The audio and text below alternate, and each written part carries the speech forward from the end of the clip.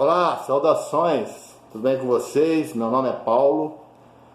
Eu comecei semana passada uma série de mensagens sobre o rei Davi. Eu disse que a história do rei Davi é muito extensa, é complexa, muitos detalhes. E Deus colocou no meu coração mais uma mensagem sobre reis e sacerdotes. Vou falar também do rei Davi, mas vou dividir essa mensagem, e o rei Davi não necessariamente vai ser falado nessa primeira parte da mensagem reis e sacerdotes. Olha só que interessante, rei e sacerdote são duas posições bem antigas, desde a história, do início da história da humanidade já tinha reis e sacerdotes, e são duas posições de grande responsabilidade, rei e sacerdote, duas funções diferentes, mas são funções de muita responsabilidade e muita justiça em favor do povo. Olha só que interessante um Provérbios. Esse Provérbios aqui, eu gosto muito dele, né? Que é uma realidade. Provérbios 29, versículo 2. Quando os justos florescem, o povo se alegra.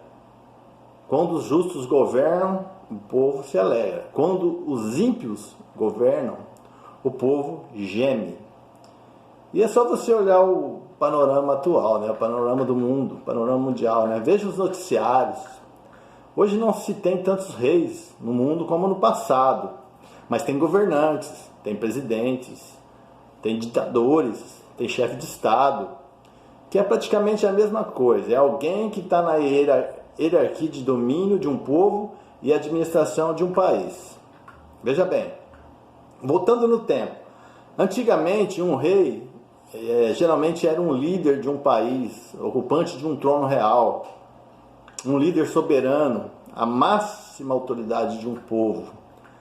E na Bíblia, Deus também é apresentado como um rei supremo sobre toda a criação, acima de toda a autoridade.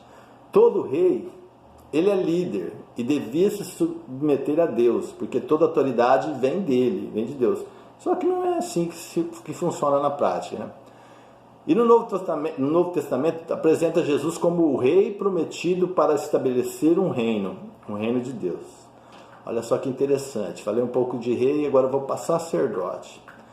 Sacerdote, ele é representante do sagrado, né? É uma autoridade ou ministro religioso, alguém habilitado para dirigir ou participar em rituais sagrados de uma religião em particular. Não necessariamente a religião cristã, mas tem muitos sacerdotes em outras religiões por aí. E sacerdote, segundo a Bíblia, falando agora do cristianismo, desempenhava diversas atividades como sacrifício pelos pecados do povo, ou seja, diversos sacrifícios, consagrações, culto divino. Ele era tipo um intercessor, né? Dentre os sacrifícios pelos pecados do povo, havia também o sacrifício pelos pecados por ignorância dos próprios sacerdotes. Até eles ofereciam sacrifício pela ignorância deles em algumas questões. E eu gosto de uma frase também muito falada atualmente, né? Cada país, cada povo, cada nação tem o governo que merece. Concordo. Uma frase bem popular, né? Cada um tem o governo que merece. E é verdadeira.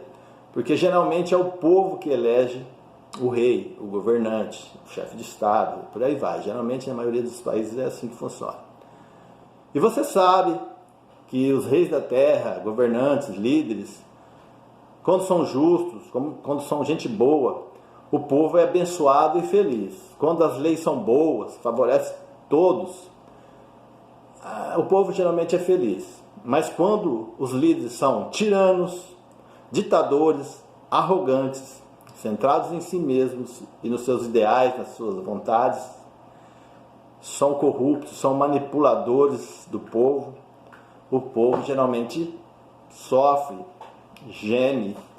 Há guerras com os países vizinhos, não tem bons relacionamentos. Você pode ver aí nos noticiários, se um presidente ou um rei está guerreando, está numa guerra, envolvido numa guerra, ele não tem bom relacionamento com os vizinhos.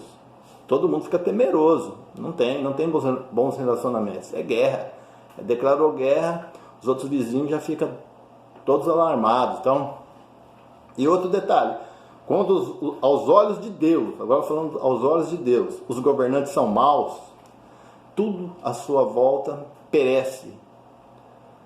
Mas quando os olhos de Deus vê na terra governantes bons, tudo prospera e tudo é bênção. Foi assim em Israel na época dos reis. Quando tinha reis bons, o povo não sofria, era próximo. Quando tinha reis maus, que aos olhos de Deus faziam coisas maus, o povo perecia, sofria muito e gemia. Agora vamos para a Bíblia, um pouquinho para a Bíblia, porque eu gosto da Bíblia. Por que eu gosto da Bíblia? Geralmente as pessoas todo ano fazem viagens, compram viagens, vão para a praia, vão conhecer outros países, reservam dinheiro para isso, eles gostam de viajar, isso não é ruim, eu também gosto de viajar. Mas a viagem que eu mais gosto é dentro das Escrituras. Eu gosto de viajar para as Escrituras, ali tem uma infinidade de personagens, lugares que eu nunca vi, mas eu fico imaginando, eu fico viajando junto com os personagens, com os lugares. É uma viagem fascinante. A Bíblia, para mim, é um livro fascinante. E eu gosto de viajar, eu gosto de mergulhar nela e viajar como se eu fosse para todos os países que estão ali descritos na Bíblia, os personagens. Eu gosto de conhecer os personagens, o que eles fizeram. E eu aprendo com eles o que pode e o que não pode dar certo. Eu pego os exemplos dos personagens bíblicos e vejo como eles agiram, como eles viveram, e pego a parte que dá certo. A parte que dá certo eu gosto. A que dá errado também é para mim aprender as coisas que dão errado. Então, rei e sacerdote na Bíblia. São duas funções importantes. E a Bíblia é um livro muito antigo, uma coleção de livros, né, que trata da história do povo de Israel, como que Deus estabeleceu o reino de Israel, a nação, e como que Deus estabeleceu o reino espiritual, o reino de Deus, está na Bíblia. Rei e sacerdote na Bíblia, a única exceção escrita na Bíblia onde aparece alguém sendo rei e sacerdote é um tal de Melquisedeque. Ele aparece lá em Gênesis, na época de Abraão. Não vou ler os versículos por enquanto para não esticar essa mensagem, vou dividir ela em 2 ou 3 partes para não ficar uma mensagem longa. Mas a única exceção que você vai encontrar na Bíblia onde alguém foi rei e sacerdote, na prática, é esse tal de Melquisedeque. Ele era rei e sacerdote ao mesmo tempo. Só que ele era uma figura bem misteriosa, né? Sem genealogia, sem antepassados, não sabe como ele surgiu, a Bíblia não dá detalhes. Seu nome era Melquisedeque, que quer dizer rei da justiça. Um personagem misterioso que apontava para o futuro, porque apontava para Jesus. Jesus também é o rei da justiça. Jesus também é rei e sacerdote para sempre. Se você lê a Bíblia, aquele cara que gosta de ler a Bíblia já sabe que Jesus também é rei e sacerdote para sempre. Foi dada uma autoridade para ele. E essas são figuras de linguagem, né? Rei e sacerdote para sempre. São figuras de linguagem usadas pelo autor de Hebreus. Você vai ver isso lá em Hebreus, que Jesus é rei e sacerdote para sempre. Essas são figuras de linguagem usadas pelo autor de Hebreus para ilustrar que o ministério sacerdotal de Melquisedeque, rei de Salem, lá na época de Abraão, em Gênesis, é um tipo, um modelo do ministério de Jesus, que já era pré-existente na forma de Deus e como filho do homem se ofereceu de uma vez por todas em sacrifício para a salvação eterna de todo o que nele crê. Olha só que interessante. Jesus é o rei da paz, ele é o rei justo, ele é o nosso sumo sacerdote para sempre, que exerce um sacerdócio superior aos dos levitas, que se cumpriu em seu sacrifício lá na cruz.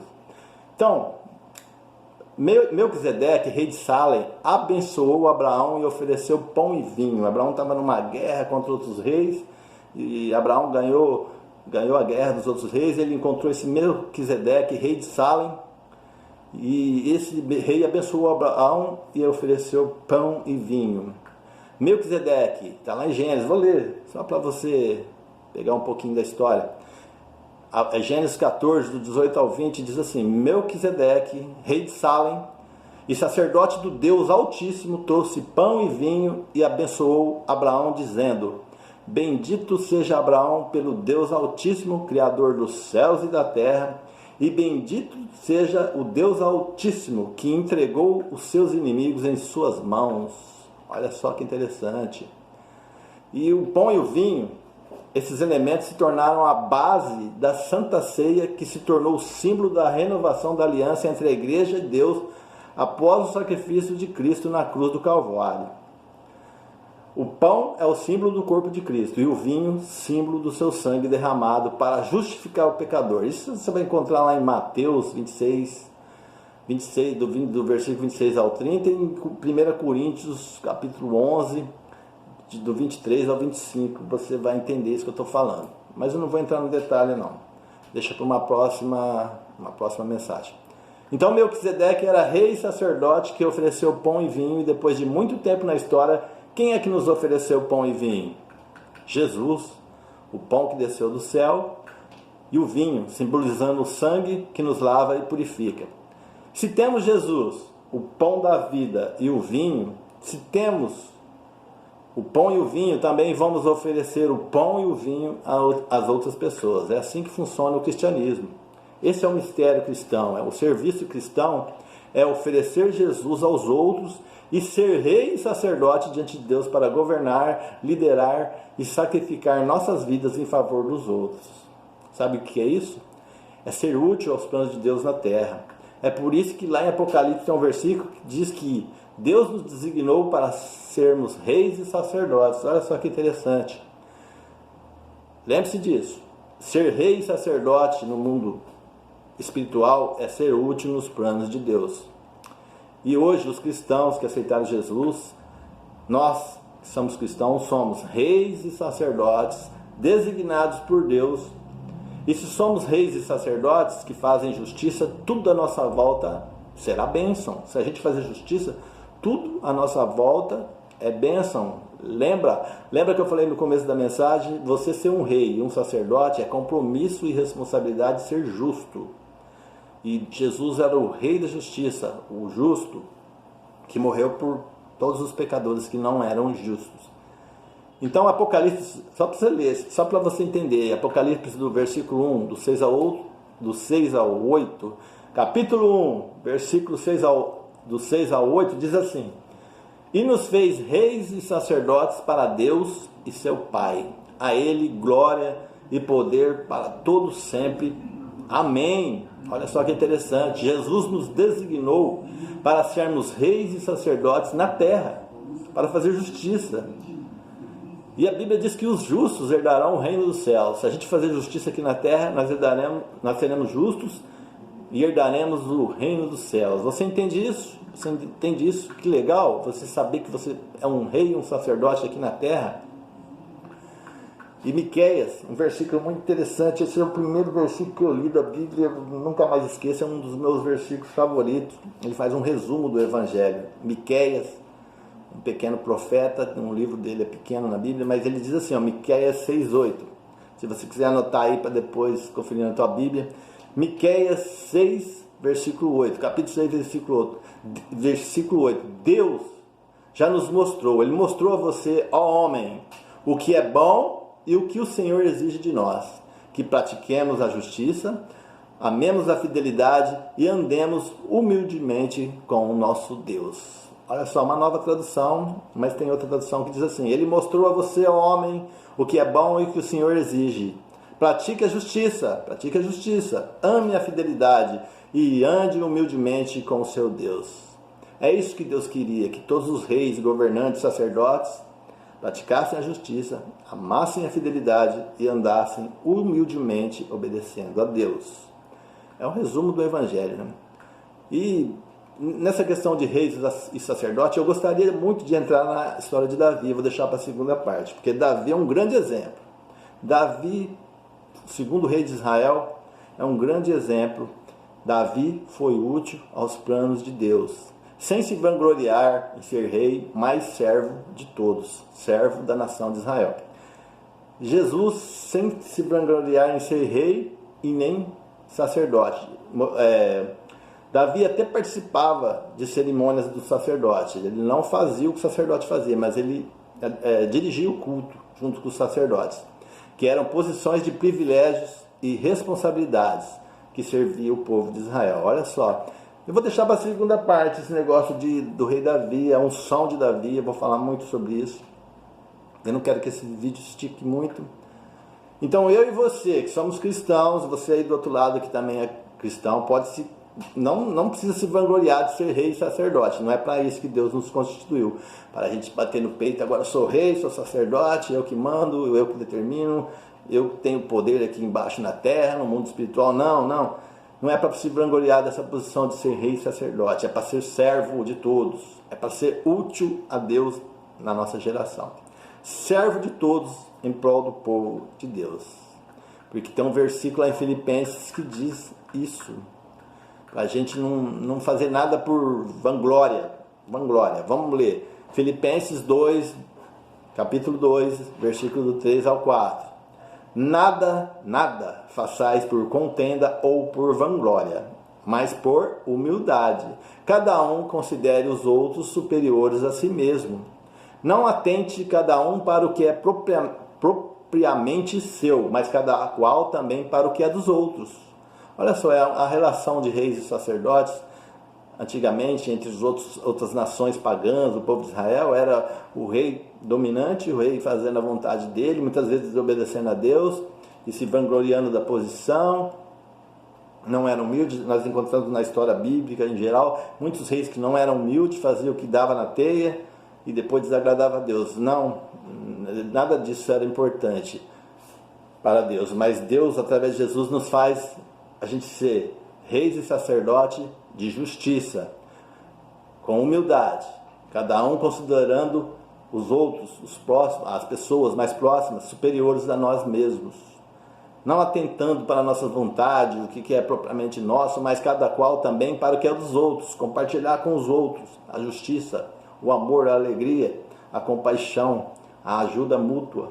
É isso que Deus requer de nós nesse mundo de hoje. Que a gente seja reis e sacerdotes, domine na nossa casa, governe a nossa casa como reis, governe a nossa casa como sacerdote, interceda pela sua família, interceda para os seus filhos, seja um intercessor, um sacerdote dentro da tua casa, leve para Deus os problemas da tua casa, da tua família, seja um sacerdote, um rei, onde Deus te estabeleceu, se é numa posição de liderança no trabalho, na igreja, haja como se fosse um rei útil para Deus, um rei justo, um rei de justiça. Porque Deus nos designou para sermos reis e sacerdotes aonde a gente estiver. É no trabalho, é na igreja, é em casa. Seja um rei, governe com a autoridade de Jesus. E seja um sacerdote também. Ore, interceda, leve a Deus os problemas da tua casa, da igreja, da sociedade, para Deus, que você também é um sacerdote. E não precisa de unção para isso não. Jesus, você aceitando Jesus, você se tornando um cristão, você está apto para exercer a sua posição de rei e sacerdote aqui na terra. Então, fica aí, essa é a primeira parte. Eu acho que eu gastei já 20 minutos, a outra parte talvez um pouquinho maior, que eu vou falar sobre a unção de Davi, um rei muito importante, que nos ensina valiosas lições sobre reinar. Reinar na terra, sendo útil para Deus, governando uma nação, e depois ele também, de modo espiritual, ele tinha sua devoção com Deus. Ele era um homem segundo o coração de Deus, porque ele estava constantemente consultando a Deus sobre o que fazer no reinado dele. Então, muito interessante essa mensagem de reis e sacerdotes. Essa é apenas a parte 1, para não esticar e não passar muito conteúdo, para as pessoas passar muito conteúdo é mais difícil de captar a mensagem, então eu vou dividir em 2 ou 3 partes. E esse tema é muito legal, reis e sacerdotes, parte 1. Lembre-se disso, são 2 funções diferentes, mas é para exercer justiça na terra. E vamos lá, eu fecho por aqui essa primeira parte, aguardando mais um tempinho, vou estudar mais sobre a segunda parte, para depois passar um vídeo mais legal do que esse, porque vai falar de Davi. Eu gosto muito da vida de Davi, da unção que veio sobre ele. Davi foi ungido 3 vezes para ser rei de Israel. passou muito sufoco, mas ele entendeu na prática que ele foi chamado para ser útil. Ele não foi chamado para ter a posição, o status de rei, não. Ele foi chamado para ser útil aos propósitos de Deus. E nós também fomos chamados por Deus aqui nessa geração para sermos úteis no plano de Deus. Então, fique comigo aí, me aguarde na próxima mensagem, Reis e Sacerdotes, parte 2, tá ok? Eu agradeço o interesse e a atenção daqueles que estão me acompanhando. Muito obrigado, até mais e até a próxima mensagem, se Deus quiser. Muito obrigado a todos, um abraço, Deus abençoe todos. Amém? Valeu!